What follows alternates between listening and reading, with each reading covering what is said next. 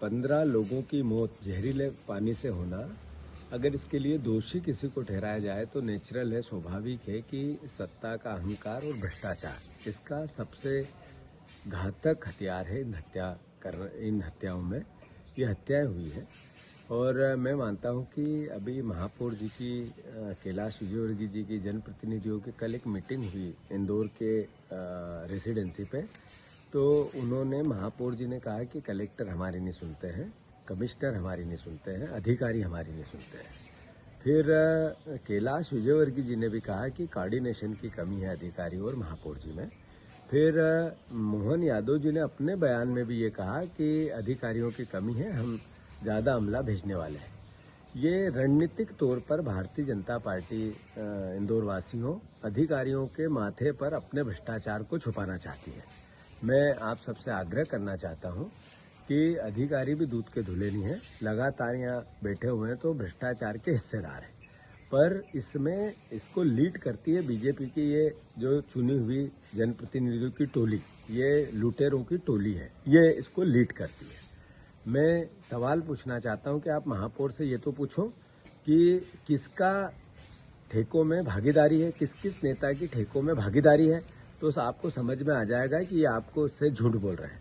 ये जब अधिकारियों को टारगेट कर रहे हैं तो इसका मतलब है अपने पाप को छुपा रहे हैं और आपको गुमराह कर रहे हैं, इंदौर की जनता को मूर्ख समझ रहे हैं। मैं फिर से ये 15 मौतें हुई उसके लिए अपने आप को भी जिम्मेवार मानता हूं कि हमने इस तरीके से अपने आप को मजबूत नहीं रखा कांग्रेस पार्टी को, जिससे ये बेलगाम हुए। इसके लिए मैं मेरी भी अपना भी दोष मानता हूं, पार्टी का भी दोष मानता हूं, पर इसमें एक तरफा वोट आपने भी दिए, इसका भी असर इनके मस्तिष्क पे अहंकार का है।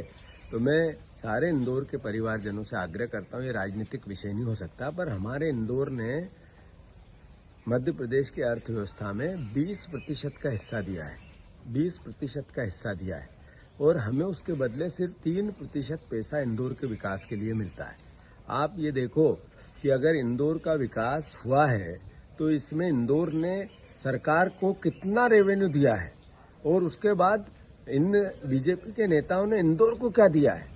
तो इनने 15 मौतें दी। आपको याद होगा कि एक कुएं में भारतीय जनता पार्टी का नेता का ऑफिस बना हुआ था, वो भी कैलाश विजयवर्गीय की उस समय की कॉन्स्टिट्यूंसी थी, उनके लड़के की थी, जो जिसमें 36 लोगों की मौत हुई थी। वो मौतें भी इनने ही दी थी। उसमें क्या जांच हुई, किसको दोषी पाया गया, क्या वो जेल में है, बिल्कुल सब बाहर है। अभी चूहे कतरते हैं, किसी को दोषी ठहराया नहीं ठहराया।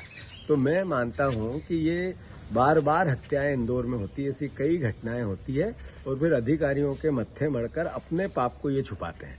तो मैं इंदौर वासियों से आग्रह करता हूं कि हमें सबको जागना पड़ेगा। हमारी कांग्रेस की ड्यूटी सबसे ज्यादा है।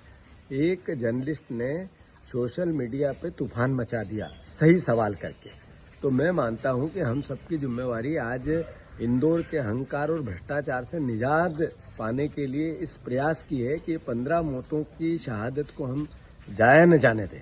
मैं अपनी बातें समय रहते और कहूंगा, पार्टी हमारा अपना कांग्रेस पार्टी अच्छे से पूरी ताकत से सजग होकर अपना काम करेगी। कल कमेटी आ रही है, हम अपना इस पूरे प्रोसेस में कांग्रेस पार्टी का क्या कार्य योजना है वो भी आपके सामने रखेंगे।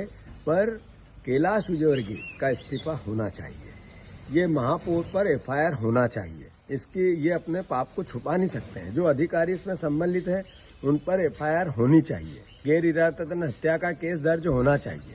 मैं फिर से इंदौर वासियों से आग्रह करता हूं कि इस लड़ाई को पार्टी का पुट न देते हुए इंदौर की मर्यादा, सभ्यता, इसका इंदौर का न्याय का ध्यान रखते हुए हम सबको एकजुटता से दोषी लोगों को पनिशमेंट दिलवाना चाहिए।